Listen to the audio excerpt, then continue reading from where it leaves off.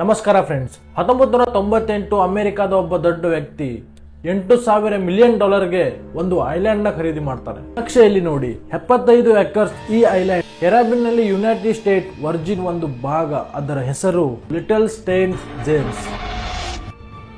ಹೊರಗಿನಿಂದ ನೋಡೋಕೆ ಈ ಪ್ರೈವೇಟ್ ಐಲ್ಯಾಂಡ್ ಯಾವ ಸ್ವರ್ಗಕ್ಕಿಂತನೂ ಕಡಿಮೆ ಇರಲಿಲ್ಲ. ದೊಡ್ಡ ದೊಡ್ಡ ಬೀಚ್ಗಳು, ದಟ್ಟವಾದ ಮರಗಳ ನಡುವೆ ಲಕ್ಸುರಿ ಆದ ಒಂದು ಮನೆ, ದೊಡ್ಡದಾಗಿರುವ 2 ಸ್ವಿಮ್ಮಿಂಗ್ ಪೂಲ್ಸ್, ಜಿಮ್ ಮತ್ತೆ ಹಿಲ್ಸ್. ಆದರೆ ಈ ಸ್ವರ್ಗದಲ್ಲಿ ಅಡಗಿತ್ತು ಡಾರ್ಕ್ ಸೀಕ್ರೆಟ್.